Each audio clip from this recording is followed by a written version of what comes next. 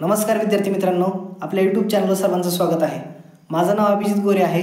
आपल्या चॅनलवर IBPS पॅटर्नवर आधारित जी मॅथ्स आणि रिझनिंगची प्रॅक्टिस सेटची सिरीज चालू होती ती बघा, त्याचे एकूण 10 व्हिडिओज झाले होते। तर ते 10 व्हिडिओज मीच घेतले होते आणि आजचा व्हिडिओ बनवण्याचं कारण म्हणजे 30 मे रोजी सेकंड शिफ्टमध्ये म्हणजे 12:30 ते 2:30 दरम्यान मी माझा टेटचा पेपर दिलेला आहे।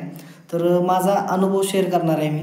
मला नेमका पेपर कसा गेला, वेळेचं मॅनेजमेंट कसं होतं, 200 प्रश्न सुटले का नाही, कोणाकोणाचं कोणत्या विद्यार्थ्याचं म्हणणं काय होतं, 101 ते 200 प्रश्न हे खूप सोपे होते आणि 100च्या आधीचे प्रश्न जरा अवघड होते। मला पण खूप जणांनी सजेशन दिलं होतं, माझ्या मित्रांनी ज्यांनी आधी पेपर दिला आहे ते म्हणत होते की 101च्या नंतरचे प्रश्न पहिल्यांदा सोडव आणि 100च्या आधीचे नंतर सोडव। तर नेमकं मी काय केलं, मला काय अनुभव आला, नेमकं खरंच तसं आहे ते आपण आजच्या व्हिडिओमध्ये पाहणार आहेत।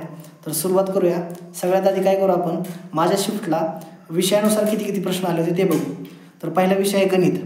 गणिताचे एकूण 25 ते 30 प्रश्न होते।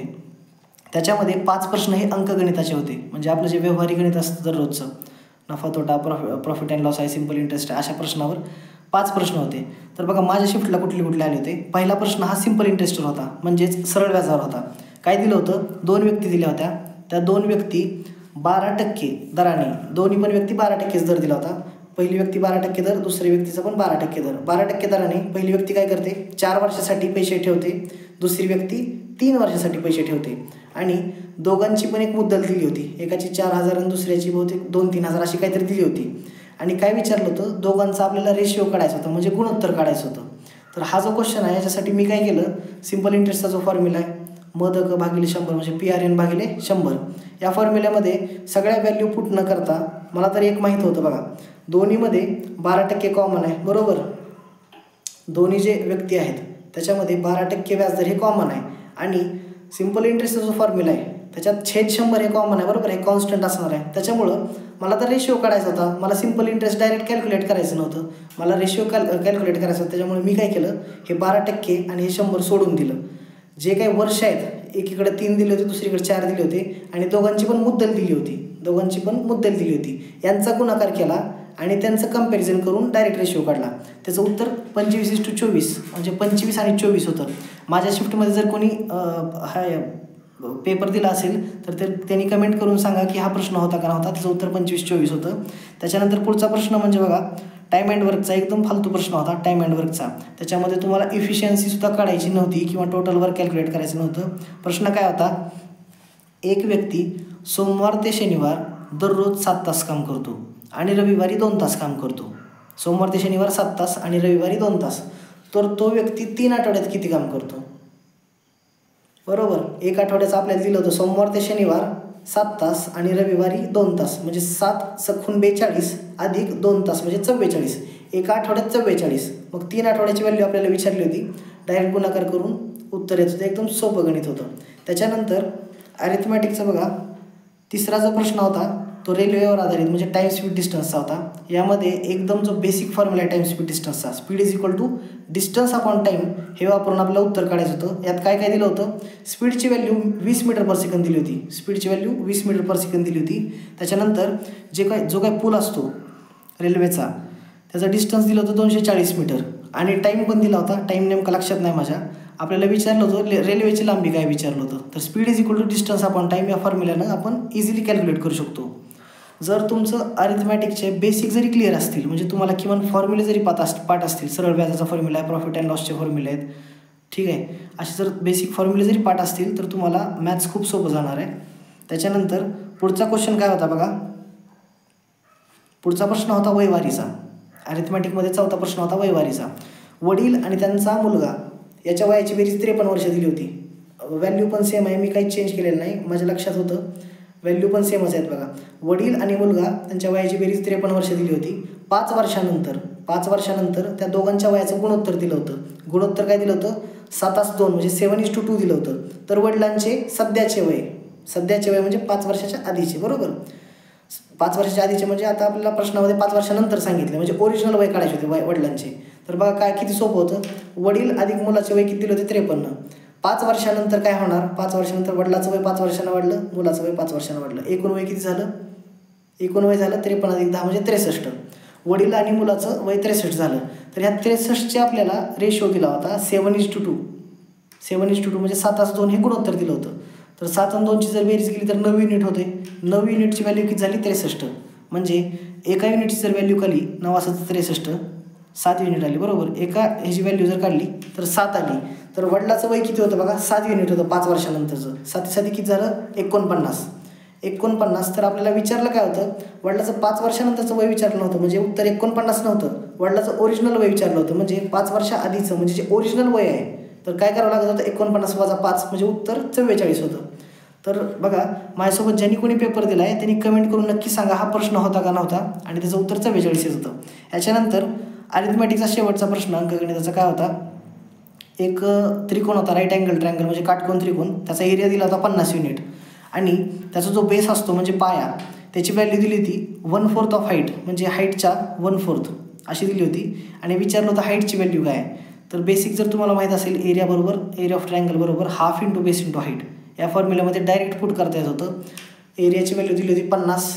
त्याच्यानंतर हाफ इंटू बेसची व्हॅल्यू काय होती 1/4 इंटू एच आणि हाईटची व्हॅल्यू आपल्याला काढायची होती ॲज इट इज एच ठेवलं. इकडं 2 एच झाले राईट हँड साईडला म्हणजे एचचा स्क्वेअर तयार झाला. आणि एचचा स्क्वेअर इकडचं जे भागाकारात 2 आणि 4 आहे हे 50कडे जाऊन किती होते बघा 50 गुणिले 8 होणार म्हणजे 400 होणार. एच स्क्वेअर बरोबर 400 येत होतं. एचची व्हॅल्यू ही 20 येत होती. तर ॲज इट इज प्रश्न आहे एचची व्हॅल्यू 20 येत होती. तर हे जे काही ॲरिथमॅटिकचे प्रश्न आहेत हे मला सोडवायला जवळजवळ 15 सेकंद प्रत्येक प्रश्नाला 15 ते मॅक्झिमम 20 सेकंद मी असं कॅल्क्युलेट केलं नाही. पण ॲरिथमॅटिकचे प्रश्न खूप फास्ट सुटले होते मला. इथं थोडा टाईम माझा सेव्ह झाला होता. त्याच्यानंतर हे ॲरिथमॅटिकचे 5 प्रश्न झाले. याच्यानंतर बघा पुढचे प्रश्न होते सिम्प्लिफिकेशनचे 10 प्रश्न होते. आणि हे जे काही क्वेश्चन आहेत ही मी तुम्हाला आता मॅथ्सचे सलग सांगायला पण पेपरमध्ये सलग नव्हते. पेपरमध्ये सगळे मिक्सच क्वेश्चन होते. मी तुम्हाला आज सांगायला मॅथ्सचे एवढे होते रिजनिंगचे एवढे होते. मी शेवट सांगणार आहे कसे कसे क्वेश्चन आले होते. आता बघा सिम्प्लिफिकेशनचे एकूण 10 प्रश्न होते. याच्यामध्ये पण 2 प्रकार होते. पहिला प्रकार म्हणजे पर्सेंटेजवर आधारित जे काही 20%, 40%, 60% असे असतात. मी तुम्हाला पर्सेंटेजचं फ्रॅक्शनमध्ये कन्व्हर्जन सांगितलं होतं. आपले जे प्रॅक्टिस सेट होते त्याच्यामध्ये सांगितलं होतं. तुम्ही पाठ करून घ्या. एकदम बेसिक प्रश्न होता. आपल्या प्रॅक्टिस सेटमधले जे प्रश्न होते ते सुद्धा ह्याच्यापेक्षा थोडे जास्त अवघड होते म्हणायचं. ते पण सोपेच होते परंतु पेपरमधले प्रश्न हे खूप जास्त सोपे होते. तर असे पर्सेंटेजवर आधारित जवळजवळ 4 ते 5 प्रश्न होते.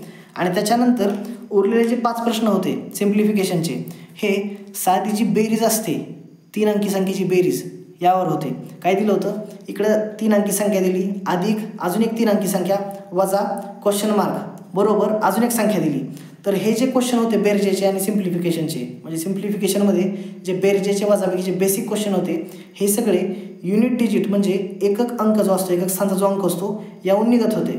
तर हे 5 क्वेश्चन बघा हे 5 क्वेश्चन आपल्याला जवळजवळ 1 मिनिटाच्या आत व्हायला पाहिजेत. 1 मिनिट 1.5 मिनिट मला तेवढाच वेळ लागला होता. ठीक आहे. तर एकूण सिम्प्लिफिकेशनचे 10 क्वेश्चन होते. त्याच्यानंतर बघा 10 आणि 5 15 प्रश्न झालेत. 5 ते 7 प्रश्न हे नंबर सिरीजचे होते.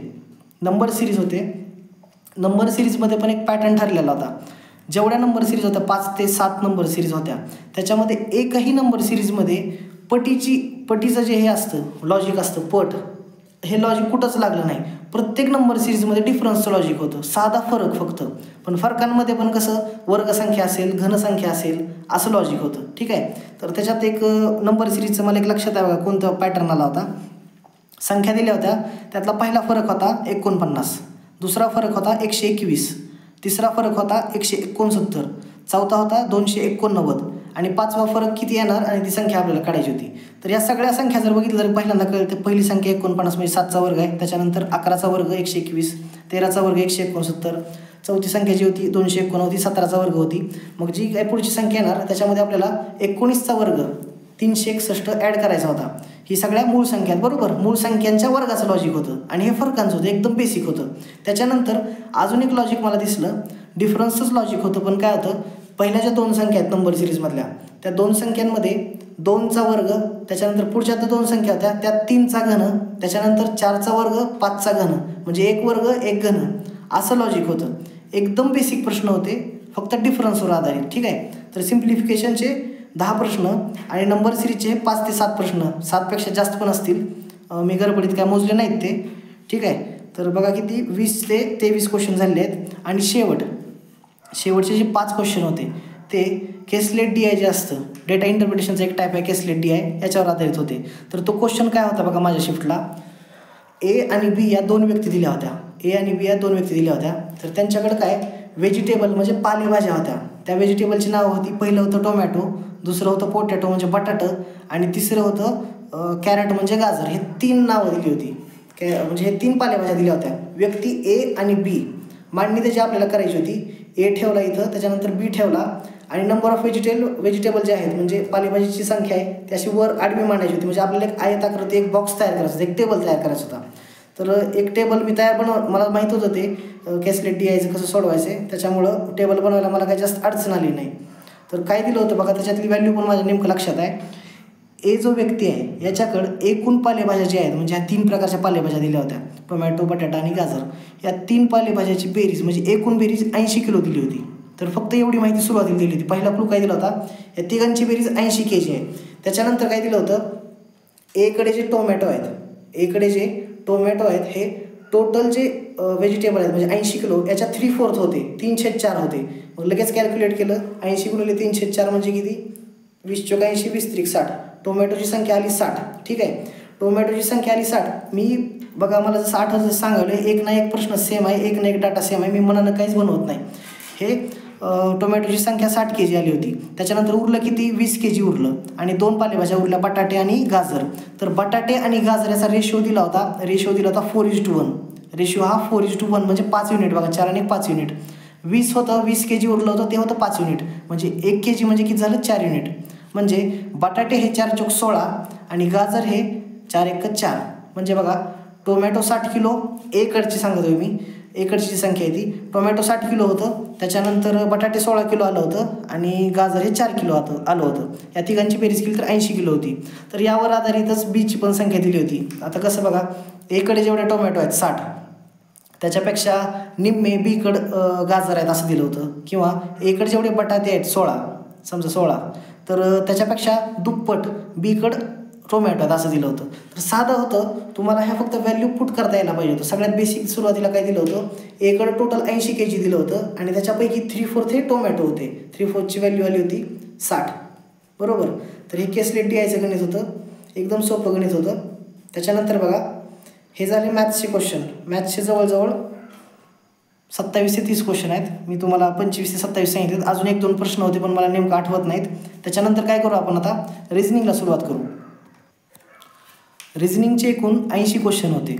तर बघा पहिला क्वेश्चन काय होता मला रिझनिंगचा, 8 जे मजले असतात मजल्याचा प्रश्न होता, 8 फ्लोअरचा प्रश्न होता, 8 व्यक्ती होत्या, 8 फ्लोअर होत्या.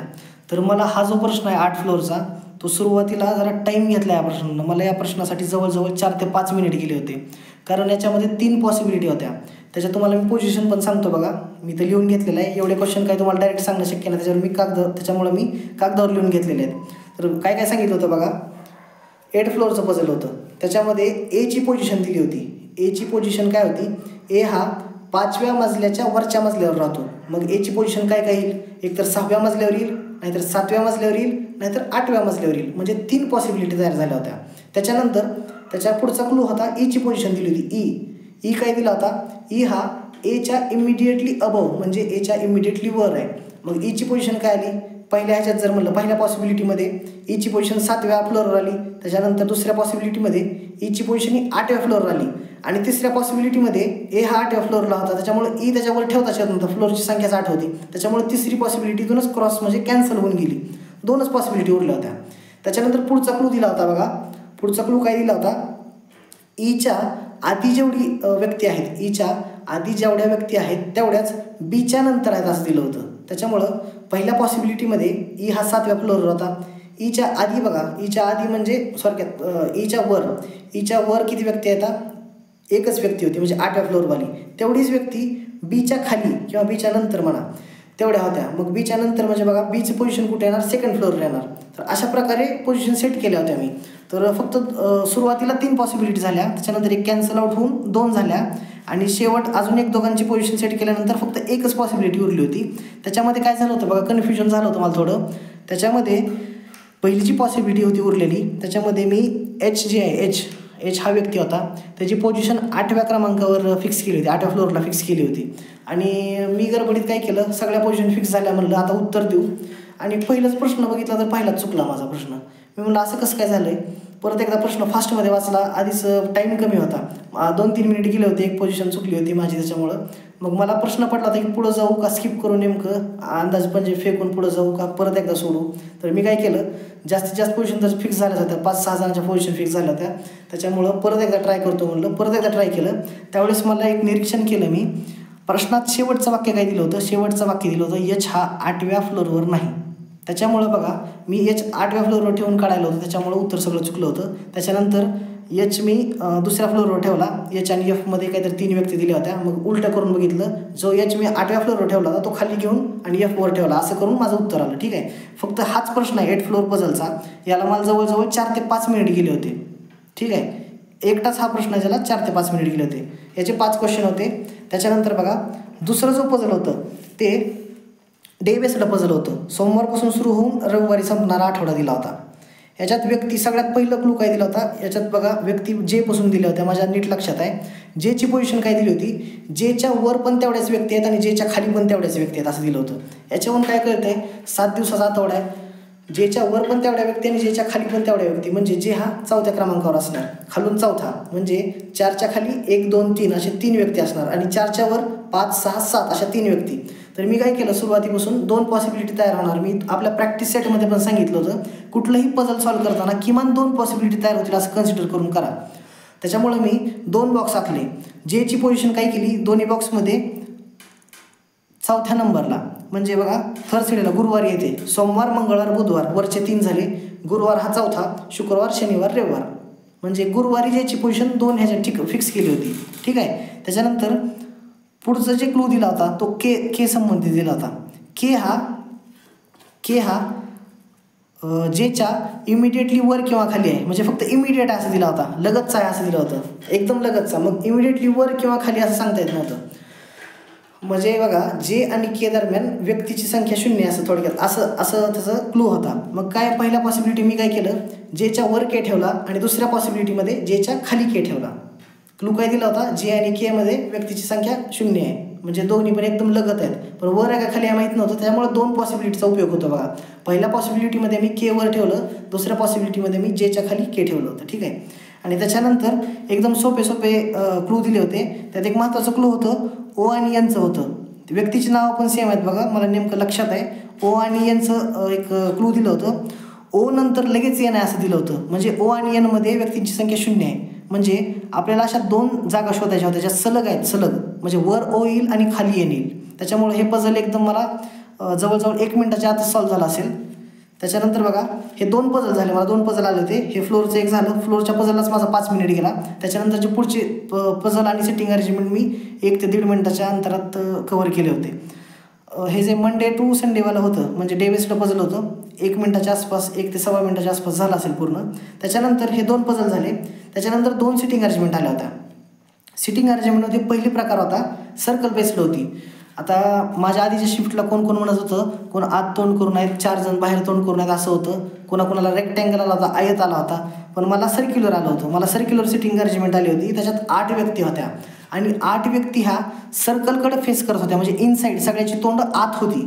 8च्या 8 व्यक्तीची तोंड आत होती. त्याच्यामुळे मी काय केलं, माझी तर सवय आहे, सुरुवातीपासून मी 2 पॉसिबिलिटी काढतो आणि ती तुम्हाला पण असली पाहिजे, सुरुवातीपासून 2 पॉसिबिलिटी करायच्या. त्यामुळे मी 2 सर्कल काढले आणि 8 व्यक्ती मांडून घेतल्या. मी आपले जे प्रॅक्टिस सेट आहेत त्यात एका मी प्रश्न घेतला होता बघा सर्कलचा, सेम तसाच प्रश्न होता, इनसाईड तोंड करून होते. 8 व्यक्तीची पोझिशन 2 पॉसिबिलिटीमध्ये तयार केली आणि त्याच्यात व्यक्ती पहिली क्लू होता बघा, सी आणि डी दिला होता. पहिल्या क्लूमध्ये सी आणि डीची पोझिशन दिली होती. काय सांगितलं होतं, सी आणि डी याच्यामध्ये 2 व्यक्ती आहेत, पण कंसात काय दिलं होतं, आयदर फ्रॉम बोथ साईड, म्हणजे कुठल्याही बाजूकडून, म्हणजे एकतर उजव्या बाजून असेल किंवा डाव्या बाजून असेल, म्हणजे 2 पॉसिबिलिटी तयार झाल्या. मी जर सी सगळ्यात खाली ठेवला आणि उजव्या बाजूला 2 जागा सोडल्या तर डी येणार, आणि सी जर तिथं ठेवला डाव्या बाजूकडे पण मी 2 जागा सोडून डी ठेवू शकतो. मग अशा 2 पॉसिबिलिटी तयार झाल्या होत्या. त्याच्यानंतर एक सोपे क्लू दिले होते 2-3 आणि माझं दुसरा पॉसिबिलिटी इलिमिनेट झाली आणि पहिल्या पॉसिबिलिटीनुसार उत्तर निघालं सिटिंग अरेंजमेंटचं. ठीक आहे, सोपं होतं एकदम. 8 जण आत बघायला लागले होते. तर हे सर्कल म्हणजे काय, एक बंदिस्त आकृती आहे बरोबर. तुम्हाला रेक्टँगल आलं म्हणजे आयत आला, चौकोन आला, त्याच्यानंतर पेंटॅगॉन वगैरे आलं, बंदिस्त आकृत्यात सगळ्यांची पोझिशन सेट करायची पद्धत जी आहे ती सेमच आहे बरोबर. त्याच्यानंतर बघा मला जे दुसरं सिटिंग अरेंजमेंट आली होती ती लिनियर होती. लिनियर म्हणजे आडवी 8 जणांची होती. तर मी काय केलं, आडव्या 8 रेषा काढून घेतल्या. मी काय करतो, आडव्या 8 डॅश काढून घेतले 2 प्रकारे, म्हणजे 2 पॉसिबिलिटी काढल्या 8 जणांच्या. आणि त्याच्यात दिलं होतं, त्याच्यातला पण एलिमेंट माझ्या लक्षात आहे. एलिमेंट काय दिला होता, एच एलिमेंट दिला होता. आणि एचची पोझिशन दिली होती बघा. एच हा आयदर डावीकडून किंवा उजवीकडून, म्हणून तिथं प्रश्नात एक्स्ट्रीम पॉईंट दिलं होतं. एक्स्ट्रीम पॉईंटपासून 4थ्या क्रमांकावर असं दिलं होतं. मग डावा पण एक एक्स्ट्रीम पॉईंट आहे आणि उजवा पण एक, म्हणजे जे अंत्यबिंदू असतात, शेवटचे बिंदू असतात, त्याच्यापासून 4थ्या स्थानावर होतं असं दिलं होतं. 8 व्यक्ती आहेत. मग मी काय केलं, 2 पॉसिबिलिटी तयार केल्या. पहिल्या पॉसिबिलिटीमध्ये डावीकडून 1 2 3 4 4थ्या स्थानावर एच ठेवला. आणि दुसऱ्या पॉसिबिलिटीमध्ये उजवीकडून म्हणजे 8 7 6 आणि 5 म्हणजे 5व्या स्थानावर एच ठेवला. अशा 2 पॉसिबिलिटी तयार झाल्या होत्या. आणि त्याच्यानंतर सोपे क्लू दिले होते. पोझिशन सेट करत गेलो आणि शेवट माझं उत्तर निघालं. याला पण जवळजवळ 1 ते 1.25 मिनिट लागला असेल किंवा त्याच्यापेक्षा कमी पण असेल. माझी याची प्रॅक्टिस होती बघा. तुमची जर प्रॅक्टिस नसेल, तुम्हाला जर ह्याचे प्रश्न डायरेक्ट तुक्का मारून पुढे जायचं असेल तर एक सजेशन देतो तुम्हाला असं वाटत असेल की बाबा हे 5 प्रश्न मला येत नाहीत, मी शेवट बघतो, असं जर वाटत असेल तर तसं करू नका. तिथं मार्क फॉर रिव्ह्यूचा एक ऑप्शन आहे. म्हणजे तुम्ही सध्याला 5च्या 5 प्रश्न टिक करून पुढे जाऊ शकता. म्हणजे शेवट जर तुम्हाला टाईम मिळाला नाही तर ते 5 क्वेश्चन सेव्ह राहतात. म्हणजे ते काय करा, तुम्हाला जर आता समजा हे 5 क्वेश्चनवाला एखादा प्रश्न जमत नसेल तर तुम्हाला तुक्के मारायचे, ठीक आहे. तर 5च्या 5 तुम्ही तुक्के मारले, त्याच्यानंतर सेव्ह अँड नेक्स्ट करत चालायचं पुढं आणि त्याला मार्क फॉर रिव्ह्यू करायचं. मार्क फॉर रिव्ह्यू केल्यामुळे काय होतंय, जर तुम्हाला वेळ मिळाला तर तुम्हाला परत येता येते आणि वेळ जर नाहीच मिळाला तर ते सेव्ह होऊन जाते. म्हणजे ॲज इट इज तुम्ही जाग्यावर तुक्के मारून पुढं चालायचे. नंतर टाईम मिळेल असं हेच करू नका, कारण टाईम भरपूर फास्ट जातोय. 120 मिनिट आहे, 200 प्रश्न होते, ठीक आहे. त्याच्यानंतर पझलचे 2 झाले बघा, 5 आणि 5 10 मार्क. सिटिंग अरेंजमेंटचे 2, 5 आणि 5 10 20 मार्क झाले. याच्यानंतर सिलॉगिझमचे 5 प्रश्न आले होते. आता हे जे पझलचे प्रश्न होते, फ्लोअरचे पझल आणि सिटिंग अरेंजमेंटचे हे सलगच प्रश्न होते. 5-5 सलगच असणार, ठीक आहे. मिक्स क्वेश्चन म्हणजे असं नाही की पहिला प्रश्न येत आहे दुसरा डायरेक्ट 10 प्रश्नानंतर, असं नाही, सलग 5 प्रश्न होते. त्याच्यानंतर सिलॉगिझमचे जे 5 प्रश्न होते ते पण सलगच होते.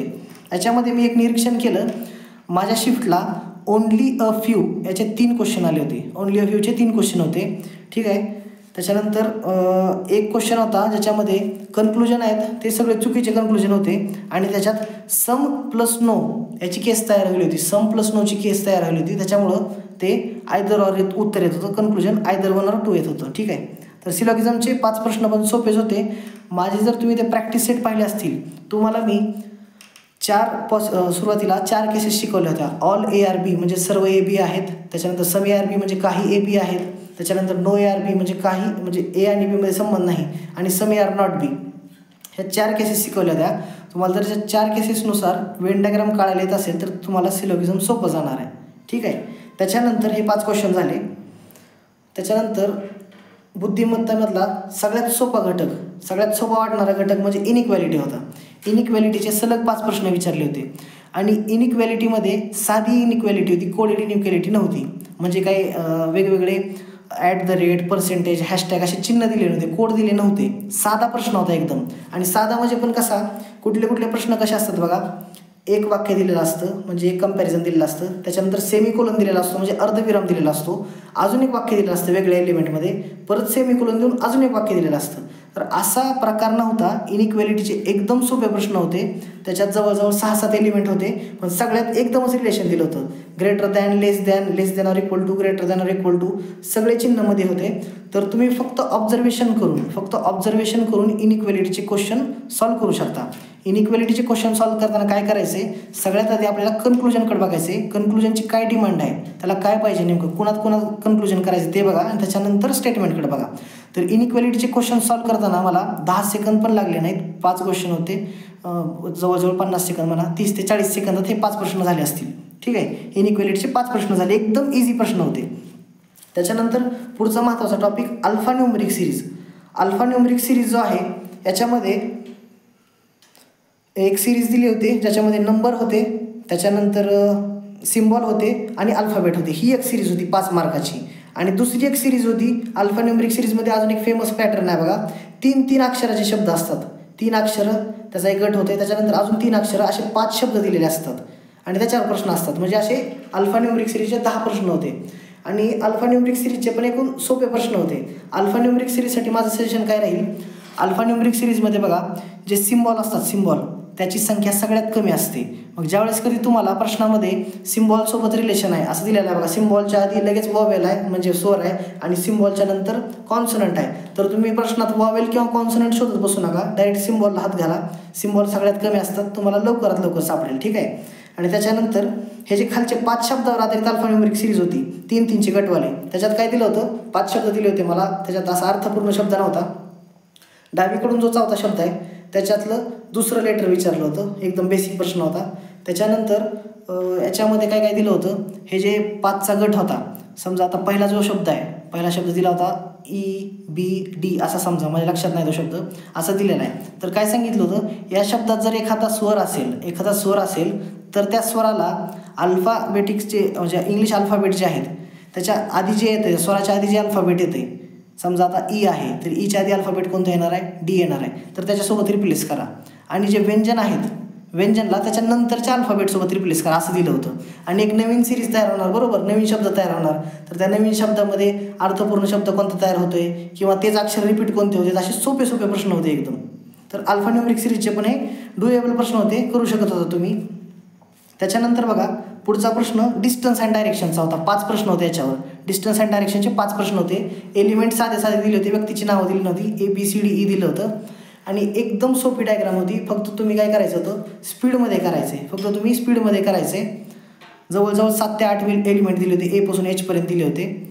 आणि त्याच्यातलं नंतर मग काय दिशावर विचारल्या होत्या, ह्याच्या रेफरन्स म्हणजे याच्या रेफरन्सनुसार दुसऱ्या पॉईंटचा रेफरन्स कोणत्या दिशेला आहे, किती अंतर आहे, साधे साधे प्रश्न विचारले होते. डिस्टन्स अँड डायरेक्शन करण्यासारखं होतं. त्याच्यानंतर ब्लड रिलेशन हा जो टॉपिक आहे, हा पण 5 प्रश्न होते, याचे 5 मार्काला. हा पण कोडेडवाला नव्हता, साधाच ब्लड रिलेशन होतं, एकदम साधं ब्लड रिलेशन. ह्या टॉपिकनं मला थोडा त्रास दिला. सुरुवातीला मी पोझिशन सेट केल्या सगळ्यांच्या, म्हणजे त्यांचे रिलेशन सेट केले. आणि त्याच्यानंतर याच्यामध्ये एक काळजी घ्यायची म्हणजे बघा, जोपर्यंत तुम्हाला व्यक्तीचं लिंग म्हणजे ती पुरुष आहे का महिला असं दिलेलं नाही तोपर्यंत तुम्ही कन्फर्म करू नका. आता व्यक्तीचं नाव जर अभिजित दिलं आहे समजा तिथं, तर तो पुरुषच आहे म्हणून त्याला प्लस साईन देऊ नका, लगेच कन्फ्युजन होते पुढं. त्याच्यामुळं हे एक माझं सजेशन राहील. ब्लड रिलेशन पण करण्यासारखं होतं. त्याच्यानंतर बघा आकृत्या, नॉन व्हर्बल जी रिझनिंग आहे त्याच्यावर जवळजवळ 10 ते 15 प्रश्न होते. तर मी माझ्या पेपर द्यायच्या आधी दुसऱ्यांचे रिव्ह्यू ऐकले होते की या आकृत्या बाबा सोडून द्या, स्किप करा असं होतं. तर मी थोडं ट्राय केलं, प्रत्येक प्रश्नाला 20-30 सेकंद दिले होते. त्याच्यात काय केलं बघा, काही बाण दिले होते. त्याच्यानंतर स्टार, ट्रायंगल, त्रिकोण, चौकोन असे वेगवेगळ्या आकृत्या दिल्या होत्या. त्याच्यात 2 प्रकार होते बघा. हे जे आकृत्याची सिरीज होती म्हणजे नॉन व्हर्बलची जी सिरीज होती त्यात 2 प्रकार होते. पहिला प्रकार काय होता, 4 फिगर दिल्यात आणि 5वी विचारली. आणि दुसरा होता 2 गट दिलेत म्हणजे एक फिगर दिली त्याचा दुसऱ्याशी रिलेशन आहे. तसंच आपल्याला ऑप्शनमध्ये शोधायचं होतं, ऑप्शनमधले 2 शोधायचे होते, बरोबर. पहिले 2 दिलेत, ऑप्शनमध्ये 2 शोधायचे. तर मी काय केलं होतं त्याच्यासाठी, मी विचार करून गेलो की बाबा माझा टाईम नाही पुरला, मी पण स्किपच करणार आहे. परंतु माझ्याजवळ थोडाफार टाईम होता, मी प्रत्येक प्रश्नाला 20-30 सेकंद तर देऊच शकत होतो. त्याच्यामुळे मी थोडं लॉजिक लावायचं ट्राय केला. या 10-15 मला जवळजवळ 7 ते 8 प्रश्न सुटले. कसे सुटले बघा, तर प्रत्येक प्रश्नामध्ये असे वेगवेगळे ट्रायंगल, स्टार, त्याच्यानंतर हॅशटॅग असे दिले होते. मी काय केलं, ठराविक जे चिन्ह आहेत, समजा 2 ते 3 चिन्हच बघायचे, 2 ते 3च चिन्ह बघायचे आणि त्याची पोझिशन कशी इंटरचेंज झाली एवढं बघितलं मी. तर त्याच्यानुसार मला ऑप्शन इलिमिनेट करायला खूप मदत झाली. मी काय डायरेक्ट उत्तर काढलं नाही, असं पण फेकायचं होतं आपल्याला, बरोबर. त्याच्यामुळं ऑप्शन इलिमिनेट करायला खूप मदत झाली. काही प्रश्नाचे ऑप्शन डायरेक्ट निघाले मला. आता इकडं ट्रायंगल आहे समजा, ह्या लेफ्ट साईडला ट्रायंगल आहे आणि इकडं आयत आहे असं होतं. तर त्या पुढच्या ह्याच्यामध्ये लॉजिक कसं लागत होतं, हे रिव्हर्स झालं होतं. आयत इकडं आला होता आणि ट्रायंगल इथं आलं होतं. तर तसंच ऑप्शनमध्ये फक्त एकच ऑप्शन होता इंटरचेंज झालेला. तर असे लहान लॉजिक लावले होते मी. ठराविकच जे चिन्ह असतात त्याच्यावर लक्ष देऊन केलं होतं. तर आज त्याचे असे 10 ते 15 प्रश्न होते वेन डायग्रामच्या. त्याच्यानंतर बघा जे अल्फाबेट सिरीज असते, संख्या मला अक्षर मला, अल्फाबेट सिरीज आणि नंबर सिरीज पण, याचे मिक्स क्वेश्चन होते. ते कसं होतं बघा, मला एक क्वेश्चन आला होता, त्याच्यात दिलं होतं UV आणि त्याच्या पुढं 15 दिलं होतं. म्हणजे इज इक्वल टू दिलं नव्हतं UV15 असं करत करत शेवटचं जे हे होतं एलिमेंट होतं त्यात दिलं होतं LT आणि पुढं 5 का काहीतरी होतं. ठीक आहे. तर मी काय केलं होतं प्रत्येक एलिमेंटचा वेगळा विचार करायला एवढा काही टाईम नाही बरोबर. त्याच्यामुळं सुरुवातीला 15 दिलं होतं, त्याच्यानंतर 11 दिलं होतं, त्याच्यानंतर 8 दिलं होतं, 8चं 6 दिलं होतं आणि शेवट 5 असं दिलं होतं. तर पहिल्यांदा मी काय केलं नंबरमधला क्रम काढून घेतला. नंबरमध्ये काय लॉजिक लागते तर उतरता क्रम होता. 15चं 11 झालं होतं म्हणजे 4 कमी झालं होतं, 11चं 8 झालं होतं 3 कमी झालं होतं, 8चं 6 झालं होतं 2 कमी झालं होतं आणि 6चं 1 कमी करून 5 असं उत्तर होतं. ऑप्शनमध्ये 2 5 होते, ऑप्शन 2 तर इलिमिनेट झाले. त्याच्यानंतर मी काय केलं उत्तर माझं LT5 होतं बघा, LT5 हे उत्तर होतं. तर मी काय केलं ऑप्शन 2 होते 5 असणारे आणि त्या 2 ऑप्शनमध्ये पण पहिला जे लेटर होतं हे Lच होतं. त्याच्यामुळे मी काय केलं पहिल्या लेटरचा विचार केला नाही, दुसरं लेटर काढलं. दुसरं लेटर जे होतं ते शोधून काढलं. त्याच्यामुळं तुम्हाला जर बघा इंग्लिश अक्षर मला जर पाठ नसेल तर फास्टमध्ये पेपरवर रफ शीटवर लिहून घ्या. A पासून M पर्यंत लिहायची आणि N पासून Z पर्यंत लिहायची. कारण असे जर मिसलेनियस अचानक प्रश्न आले तर अचानक त्यांची पोझिशन आठवत नाही. त्याच्यामुळं मी पण ते लिहून घेतलं होतं, त्याच्यामुळं सोपं गेलं. ठीक आहे. तर याचे असे 2 क्वेश्चन होते फक्त साधे, हे जे नंबर सिरीज आणि अल्फाबेट सिरीज मिळून जे असते याचे 2 प्रश्न होते. त्याच्यानंतर बघा एक शब्द दिलेला असतो बुद्धिमत्तेमध्ये, एक शब्द दिलेला असतो आणि त्या शब्दामध्ये विचारलेलं असतं अशा किती अक्षरांच्या जोड्या आहेत, अशा अक्षरांच्या किती जोड्या आहेत ज्या जोड्यांमधील अक्षरांची संख्या ही इंग्लिश अल्फाबेटमध्ये जेवढे अक्षर आहेत त्यांच्या एवढीच आहे. तर हा पॅटर्न खूप फेमस आहे. याचे 3 प्रश्न आले होते. ते मिसलेनियस आता जे तुम्हाला सांगितले मी अल्फाबेट आणि नंबर सिरीज ते 2 आणि हे 3 मिळून असे 5 प्रश्न आले होते. तर ह्याच्यात बघा त्याचा करायची प्रक्रिया कशी आहे, याची टेक्निक कशी आहे. एक तुम्हाला शब्द दिलेला असतो, समजा तो शब्द काइंडनेस आहे. आता मला तो शब्द लक्षात नाही कोणता आला होता, मी काइंडनेस हा शब्द घेतला KINDNESS. तर काय करायचं असतं आपल्याला पहिल्यांदा काइंडनेसमध्ये बघा तुम्ही वहीवर लिहून पण बघा, काइंडनेसमध्ये K आणि I मध्ये शोधायचं. K आणि I मध्ये अल्फाबेट जे आहेत आपले इंग्लिश अल्फाबेट आहेत वर्णमाला जे आहे त्याच्यामध्ये K आणि I मध्ये किती शब्द येतात, K आणि I मध्ये किती अक्षर येतात, HIJK. ठीक आहे. तर K आणि I मध्ये किती यायला लागलेत, 1 यायला लागले म्हणजे J यायला लागलाय. पण इथं जर बघितलं आपण काइंडनेसमध्ये K आणि I मध्ये 1 पण नाही म्हणजे 0 आहे. तर आपल्याला अशा जोड्या शोधायच्या होत्या, अशा अक्षरांच्या जोड्या शोधायच्या होत्या ज्याच्यामधील अक्षरांची संख्या ही जी इंग्लिश अक्षरमाला आहे त्यांच्यातील संख्या एवढी आहे. असे 3 प्रश्न होते. ठीक आहे. त्याच्यानंतर बुद्धिमत्तेचे पुढचे प्रश्न म्हणलं तर क्रिटिकल रिझनिंग म्हणजे बघा स्टेटमेंट अँड कन्क्लुजन हे तर सिलॉगिझम झालं. तसंच स्टेटमेंट आणि कोर्स ऑफ ॲक्शन म्हणजे विधान आणि कारवाई याच्यावर आधारित 2 प्रश्न होते. त्याच्यानंतर विधान आणि अजम्पशन म्हणजे स्टेटमेंट अँड अजम्पशन म्हणजे विधान आणि गृहीतके याच्यावर आधारित पण 2 ते 3 प्रश्न होते. असे एकूण 5 प्रश्न आले होते मला. क्रिटिकल रिझनिंगचे एकूण 5 प्रश्न आले होते. तर गृहीतकेमध्ये काय करतात आपण आधी गृहीतक बघतो आणि त्याच्यावर आधारित विधान बघत असतो. पहिल्यांदा गृहीतकांचा विचार करावा लागतो आणि नंतर विधान बघावं लागतं. तर कोर्स ऑफ ॲक्शन म्हणजे जी कार्यवाही आहे त्याच्यामध्ये उलटं असतं. पहिल्यांदा आपण स्टेटमेंट बघतो, स्टेटमेंटमध्ये तुम्हाला एक प्रॉब्लेम दिलेला असतो, तर त्या प्रॉब्लेमचं सोल्युशन म्हणजे कोर्स ऑफ ॲक्शन असतं. तर मला प्रॉब्लेम काय दिला होता बघा, एक देश दिला होता, देशाचं नाव X होतं, त्याच्यात एक राज्य होतं Y. तर त्या राज्यात पाण्याची टंचाई म्हणजे दुष्काळ आलेला आहे असं दिलं होतं आणि त्याच्यावर तुम्ही कारवाई करणार, काय करणार, 2 कारवाई दिल्या होत्या म्हणजे कोर्स ऑफ ॲक्शन त्याला इंग्लिशमध्ये म्हणतात. 1 नंबर आणि 2 नंबर. मला एक आठवायला फक्त त्याचं एकच कारवाई आठवली. त्यात काय दिलं होतं, जो X देश आहे, X देशाच्या केंद्रीय सरकारने Y देशाच्या राज्य सरकारला आर्थिक मदत केली पाहिजे असं काहीतरी होतं. म्हणजे सोपं राहतं एकदम. एक प्रॉब्लेम दिलेला असतो तुम्हाला आणि त्याचं सोल्युशन कसं काढायचं हे विधान आणि कार्यवाही म्हणजेच स्टेटमेंट आणि कोर्स ऑफ ॲक्शन याच्यामध्ये करायचं असतं. आणि स्टेटमेंट आणि अजम्पशन जे असतं याच्यामध्ये याच्या उलटं असतं. सुरुवातीला तुम्हाला अजम्पशन वाचावं लागते, मराठीत त्याला गृहीतक म्हणतात. सुरुवातीला तुम्हाला गृहीतक वाचावं लागते आणि त्या गृहीतकाचा विचार करून स्टेटमेंटकडे जावं लागते. ठीक आहे. तर हे क्रिटिकल रिझनिंगचे 5 प्रश्न होते. आणि रिझनिंगचे शेवटचे प्रश्न जर म्हणलं 75 प्रश्न झालेत बघा आतापर्यंत. शेवटचे 5 प्रश्न चायनीज कोडिंगचे होते. कोडिंग डिकोडिंगमध्ये एक पॅटर्न असतो, इकडे एक 4 शब्दाचं वाक्य दिलेलं असतं आणि त्याच्यात इथं 2-2 अक्षराचे कोड दिलेले असतात त्या 4 शब्दासाठीच. ठीक आहे. समथिंग लाईक धिस व्हेरी असं काहीतरी होतं मला आणि त्याच्या पुढं दिले होते आणि त्याचे 4 वाक्य दिले होते आणि 4 कोड होते. तर हा पण प्रश्नानं माझा जास्त टाईम घेतला. सुरुवातीला मी काय ट्राय केलं, तोंडी करायचं ट्राय केलं होतं, फक्त ऑब्झर्वेशन करून ट्राय करायचं प्रयत्न केला होता. पण जरा कन्फ्युजन झालं माझं, 2 मिनिट ह्याच्यातच गेले. त्याच्यानंतर मी काय केलं, लिहून काढायला सुरुवात केली आणि नंतर सॉल्व्ह झालं. ठीक आहे. तर अशा प्रकारे बुद्धिमत्तेचे 80 प्रश्न झाले. आणि आता हे जे 10 प्रश्न आहेत सेपरेट, ॲड्रेसचे सेपरेट 10 क्वेश्चन समजलेत मी. म्हणजे 80 तर बुद्धिमत्ते झाले, ॲड्रेस हा बुद्धिमत्तेत कन्सिडर करत नाही मी. ॲड्रेसचे सेपरेट 10 प्रश्न, बुद्धिमत्तेचे तर 80 झाले. गणिताचे 30 प्रश्न, 80 आणि 30 110 झाले. आणि हे 10 प्रश्न आता ॲड्रेसचे आले होते. ॲड्रेसच्या बाबतीत मी एक महत्त्वाचं ऑब्झर्वेशन केलं. ॲड्रेसचे जे 10 प्रश्न होते याच्यामध्ये बघा 10 पैकी जवळजवळ 4 प्रश्नाचं ते 5 प्रश्नाचं उत्तर नन येत होतं. नन. काय व्हायचं, मी ॲड्रेस बघायचो आणि त्याच्यानंतर ऑप्शन बघायचो. तर कुठले ऑप्शन फक्त पिनकोडवर इलिमिनेट होत होते, पिनकोड वेगवेगळे यायचे. कुठल्या ऑप्शनमध्ये फॅक्स दिलं होतं, कुठल्या ऑप्शनमध्ये पिन दिलं होतं. तर हे नॉर्मल ऑब्झर्वेशन करता येत होतं.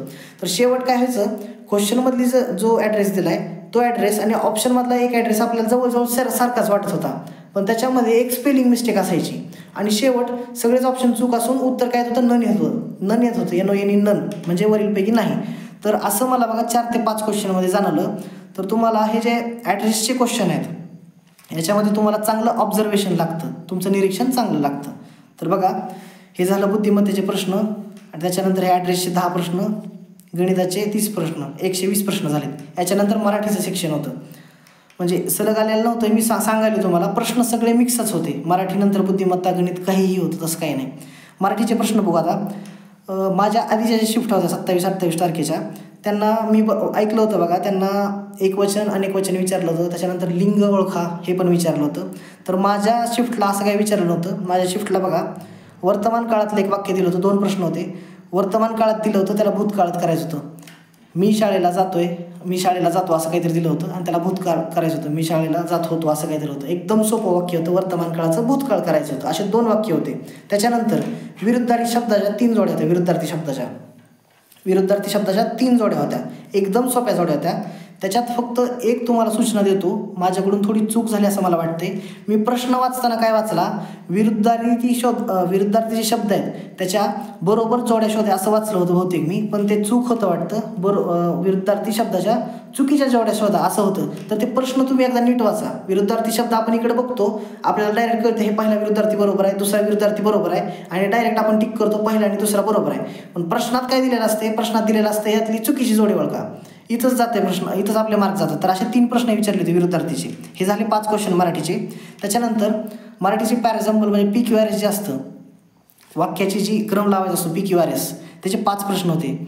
हे मराठीचे प्रश्न इंग्लिशच्या प्रश्नापेक्षा मला थोडे कन्फ्युजिंग वाटले. एक 2 ते 3 वेळा मी ट्राय केलं ना, त्या टायमिंगला नंतर आलं मला थोडे कन्फ्युजिंग वाटले. फक्त मराठीच्या बाबतीत मी एक काळजी घेतली होती. मराठीचा जो प्रश्न आहे, मराठीच्या प्रत्येक प्रश्नाला मी 10 ते 15 जास्तीत जास्त 20 सेकंदाच्या पुढे टाईमच दिला नव्हता. म्हणजे जे मराठीचे प्रश्न होते, त्याच्यानंतर मानसशास्त्राचे प्रश्न होते आणि इंग्लिशचे जे प्रश्न होते, याला मी 15 ते 20 सेकंद एवढा टाईम दिला होता. असा टाईम सेव्ह केल्यामुळेच मला बुद्धिमत्तेला जास्त टाईम मिळाला आहे. ठीक आहे. तर तुमचं याच्यासाठी वाचन फास्ट पाहिजे. मराठीचे किती प्रश्न झाले, विरुद्धार्थीच्या 3, वर्तमान भूतकाळचे 2, 5, PQRSचे 5, 10 प्रश्न. त्याच्यानंतर एरर शोधायचे होते. एररमध्ये तर एकदम बेसिक आपल्या मराठीचे शब्द असतात, त्या शब्दाचं थोडं तोडमोड केली होती असं दिलं होतं. तर 5 सेंटेन्स दिले होते, ग्रामॅटिकली आणि कॉन्टेक्स्च्युअली, म्हणजे अर्थाने पण आणि ग्रामरने पण त्यात चुकीचं कोणतं हे शोधायचं होतं. एकदम सोपं होतं ते. त्याच्यानंतर मला वाक्प्रचार आणि म्हणी आल्या होत्या. जवळजवळ 5 होते. त्यातली एक आठवती बघा. काय दिलं होतं, भारताने पाकिस्तानचा पराभव केला असं काहीतरी होतं. क्रिकेट मॅचमध्ये काहीतरी होतं, पराभव केला. आणि खाली दिलं होतं याच्यासाठी वाक्प्रचार कुठला येईल, धूळ चारणे, धुळीत मिळवणे, असं काय ऑप्शन होते. एकदम सोपं होतं ते. ठीक आहे. आणि शेवट मराठीमध्ये पण क्लॉज टेस्ट आली होती. तर क्लॉज टेस्ट म्हणजे काय, एक तुम्हाला पॅसेज दिलेला असतो, जवळजवळ 5-6 ओळीचा एक पॅसेज असतो आणि त्याच्यात रिकाम्या जागा दिलेल्या असतात. 5 रिकाम्या जागा असतात आणि त्या 5 रिकाम्या जागा तुम्हाला भरायच्या असतात. तर मला कुठली क्लॉज टेस्ट आली होती बघा. एक गोष्ट होती, एक व्यक्ती असतो, तो ऑफिसहून घरी जात असतो आणि त्याच्याकडं 2 कुत्री असतात. तर ती कुत्री तो व्यक्ती घरी गेल्यावर त्याचे स्वागत करत असतात, म्हणजे त्याला आनंददायी वाटत असतं, घरी गेले की त्याला प्रसन्न वाटत असतं. तर याच्यावर आधारितच तो पॅसेज होता. एकदम सोपे शब्द होते. तुम्हाला हे एकदम फास्टमध्ये करता येईल असे जे प्रश्न आहेत मराठीचे, याला टाईम वेस्ट करायचा नाही. ह्या प्रश्नाचा टाईम तुम्ही बुद्धिमत्ता आणि गणितमध्ये इन्व्हेस्ट करा. आणि दुसरं म्हणजे गणित आणि बुद्धिमत्तेचे तुम्हाला जर काही प्रश्न आले नाहीत, तुम्हाला असं वाटते की बाबा मला परत एकदा बघायचे आहेत, तर मार्क फॉर रिव्ह्यू करायला विसरू नका. ठीक आहे, उत्तर लगेच द्या आणि मार्क फॉर रिव्ह्यू करायला विसरू नका. ठीक आहे, तर अशा प्रकारे मराठीचे एकूण 25 प्रश्न झाले. त्याच्यानंतर इंग्लिशचे प्रश्न बघा. इंग्लिशचे 5 प्रश्न हे PQRSचे होते, म्हणजे पॅराजंबलचे. एकानंतर एक असे ABCDE असे 5 वाक्य दिले होते आणि त्यांचा क्रम ठरवायचा असतो, आधी कोणतं घडलं नंतर कोणतं घडलं. तर इंग्लिशचे जे प्रश्न होते, मी आपलं जे ॲप आहे अक्षय गोरे जे ॲप आहे याच्यावर इंग्लिशच्या 10 फ्री टेस्ट अपलोड केल्या होत्या. पेपरच्या 10-15 दिवस, एक 10 दिवस तर आधी केल्या होत्या. 10 फ्री टेस्ट अपलोड केल्या होत्या आणि प्रत्येक फ्री टेस्टमध्ये पहिला क्वेश्चन हा क्लॉज टेस्टचाच होता. पहिला क्वेश्चन हा क्लॉज टेस्टचा होता. त्याच्यानंतर PQRS म्हणजे पॅराजंबलचे पण क्वेश्चन त्यात टाकले होते मी 5-5. पॅराजंबलचे बहुतेक 1-2 टाकले होते, पण क्लॉज टेस्टचे 5-5चेच गट टाकले होते, म्हणजे 5 गाळलेल्या जागेचा. तर तुमचा ज्यांचा पेपर आता 2 तारखेच्या पुढे आहे त्यांनी एकदा किमान त्या इंग्रजीच्या फ्री टेस्ट आहेत सगळ्या त्या सोडवून तर पहा, म्हणजे तुम्हाला कळेल नेमकं क्लॉज टेस्ट म्हणजे काय, PQRS म्हणजे काय.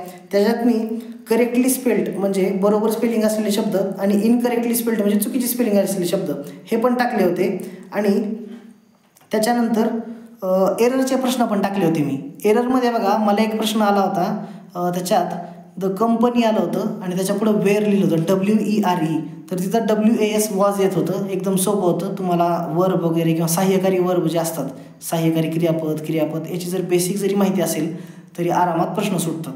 तर बघा PQRSचे 5 प्रश्न, क्लॉज टेस्टचे 5 प्रश्न 10, एररचे 5 प्रश्न 15. त्याच्यानंतर अल्फाबेटिकल ऑर्डरचे 2 ते 3 प्रश्न होते. 4 शब्द दिले होते, त्यातला एक मला नीट आठवते, फर्निचर होता, फर्नेस होता आणि असं फ्युचर वगैरे काहीतरी दिले, FUT वरूनच होते. असे 4 शब्द दिले होते. त्यांची अल्फाबेटिकल ऑर्डर लावायची होती. आणि माझ्या शिफ्टला मी एक निरीक्षण केलं, मला जे हे 3 प्रश्न आले होते अल्फाबेटिकल ऑर्डरचे, या 3ही प्रश्नामध्ये चौथाच शब्द विचारला होता. डावीकडून चौथा शब्द विचारला होता. डावीकडून चौथा शब्द म्हणजे अल्फाबेटिकल ऑर्डरप्रमाणे ज्यावेळेस लावतो त्यावेळेस डावीकडून चौथा प्रश्न असा होतो. ठीक आहे, सोपं होतं एकदम. स्पेलिंग मिस्टेकचं एक होतं, म्हणजे चुकीची स्पेलिंग, आणि करेक्ट स्पेलिंगचं पण एक होतं. करेक्ट स्पेलिंगचा मला आलेला शब्द होता काउंटरफिट होता, ते करेक्ट स्पेलिंग होती, बाकीच्या चुकीच्या स्पेलिंग होत्या. ठीक आहे, तर असे हे 5 प्रश्न झाले. आणि शेवटचा इंग्लिशचा प्रकार म्हणजे वर्ड स्वॅपिंग, ज्याला आपण वर्ड रिप्लेसमेंट पण म्हणतो. काय केलेलं असतं, एक वाक्य दिलेलं असतं, त्याच्यामध्ये जवळजवळ 5 शब्दांना अंडरलाईन केलेले असते. 5 शब्दांना अंडरलाईन केलेले असते. पहिल्या शब्दाच्या खाली A लिहिलं आहे, दुसऱ्या शब्दाच्या खाली B लिहिलं आहे, तिसऱ्या शब्दाच्या खाली C लिहिलं आहे, असं Eपर्यंत लिहिलेलं असतं. आणि काय करायचं असतं, ते वाक्य कधी कधी अर्थपूर्ण असतं, कधी कधी नसतं. ते आपल्याला शोधायचं तर असतं अर्थपूर्ण आहे का नाही. जर अर्थपूर्ण नसेल आपल्याला कळलं तर वर्ड रिप्लेस करायचे असतात. Aच्या ठिकाणी B टाकून बघायचा, Bच्या ठिकाणी A टाकून बघायचा. तर अशा प्रश्नाला माझं सजेशन काय राहील, ऑप्शन थ्रू जावा डायरेक्ट. ऑप्शन थ्रू जर गेलात तुम्ही तर ऑप्शन इलिमिनेट व्हायला मदत होते. पहिलं दिलेलं असतं ऑप्शन तुम्हाला ओनली AB, तर काय करायचं, फक्त A आणि B इंटरचेंज करून बघायचं, काय अर्थ बनते का नाही असं बघायचं. त्याच्यानंतर B and C आणि D and E असं पण दिलं होतं. ठीक आहे, असे ऑप्शन होते. तर ऑप्शनवरून तुम्हाला इलिमिनेशन करता येईल. हे जे वर्ड स्वॅपिंगचे जे प्रश्न आहेत 5 प्रश्न होते, याच्यासाठी हेच सजेशन राहील, ऑप्शन थ्रू जावा. तर अशा प्रकारे इंग्लिशचे पण 25 प्रश्न होते. तर इंग्लिशच्या प्रश्नाला तुम्हाला सजेशन राहील, आपल्या ज्या फ्री टेस्ट सिरीज आहेत त्या 10 टेस्ट सिरीज मी स्वतः इंग्लिशच्या बनवल्या होत्या. IBPSचे क्लर्कचा प्रश्न PYQ आहेत IBPS क्लर्कचे, त्याच्यावर आधारित 10 टेस्ट सिरीज बनवल्या होत्या. ज्यांचे पेपर 2, 3, 4, 5 तारखेला आहेत त्यांनी एकदा किमान 2 ते 3 टेस्ट सिरीज तर सोडवून पहा. आणि त्याचे मी एक्सप्लेनेशन पण सांगितले होते. त्यात PQRS टाकलेले आहेत, क्लॉज टेस्ट टाकलेले आहेत, एरर टाकलेले आहेत, त्याच्यानंतर स्पेलिंग मिस्टेक टाकलेले आहेत, सिनोनिम अँटोनिम पण टाकलेले आहेत, समानार्थी विरुद्धार्थी. आता बघा 30 तारखेपर्यंत मला समानार्थी विरुद्धार्थी इंग्लिशमध्ये तर विचारलं नव्हतं, तुम्हाला पुढच्या शिफ्टमध्ये विचारू शकतात. ठीक आहे, तर हे झाले इंग्रजीचे 25 प्रश्न. आता राहिला विषय मानसशास्त्राचा. मानसशास्त्राचे जवळजवळ 25 ते 30 प्रश्न आले होते.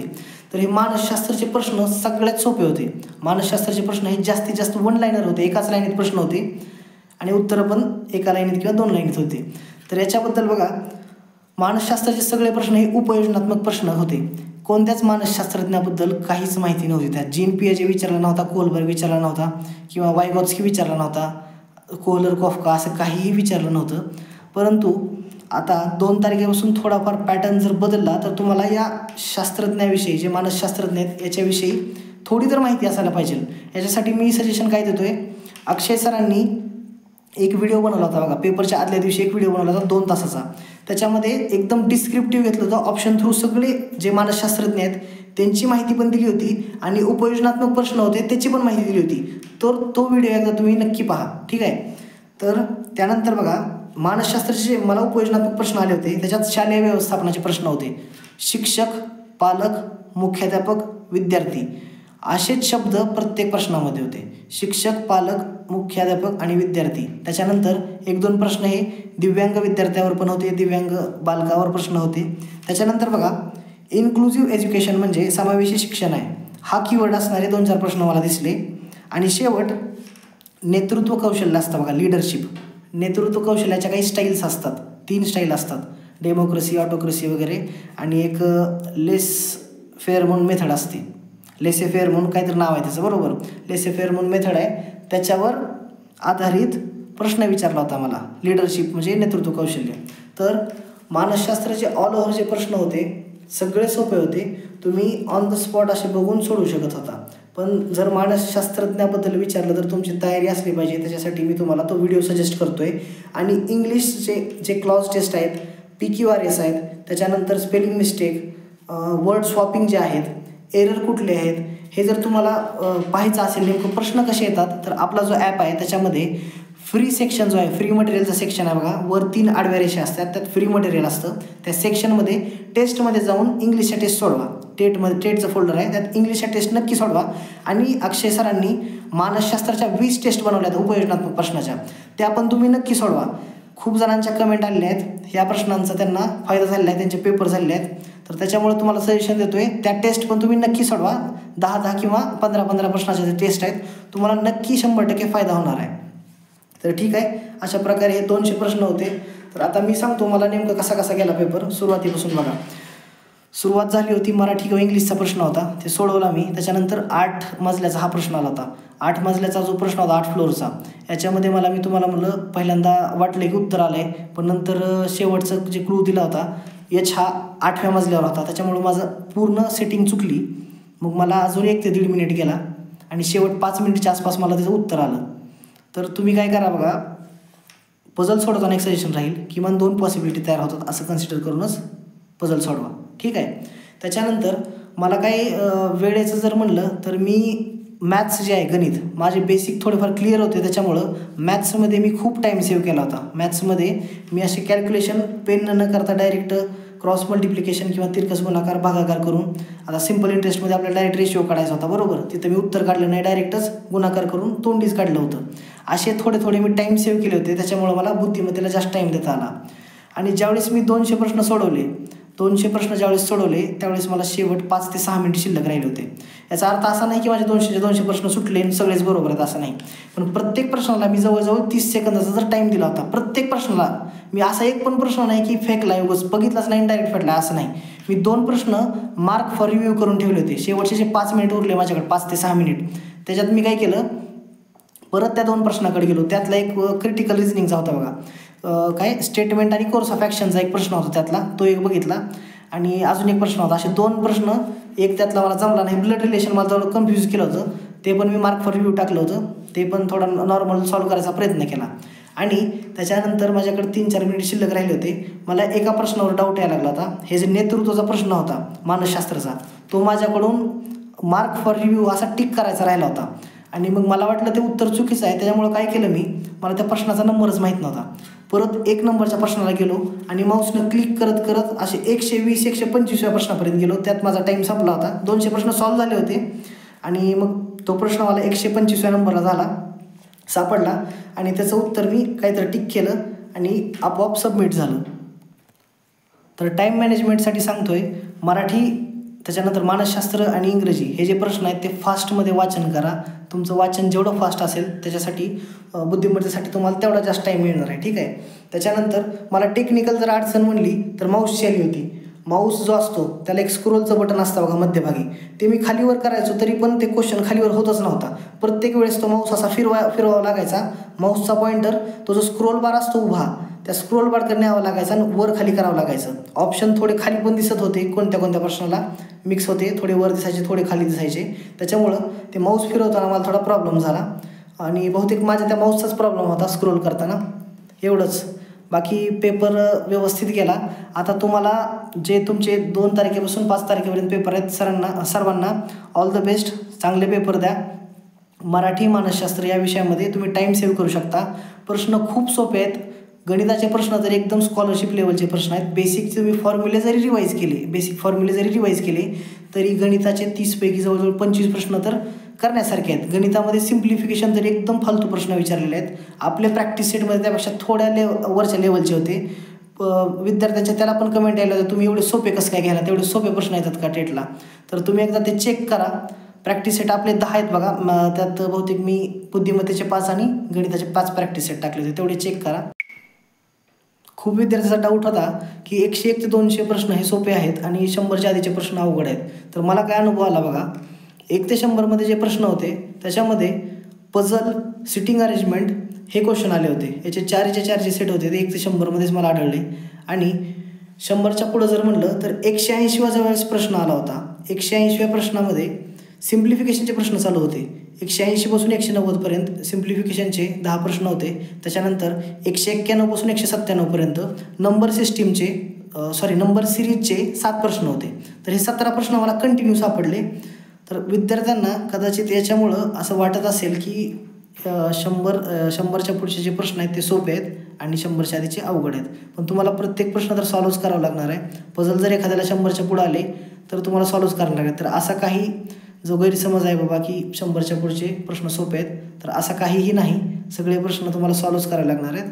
तर तुम्हाला तुमच्या पेपरसाठी शुभेच्छा. All the best. तुम्हाला जर आपल्या व्हिडिओचा थोडा पण फायदा झाला असेल, आपल्या चॅनलचा थोडा जरी फायदा झाला असेल तर कमेंट करून नक्की कळवा.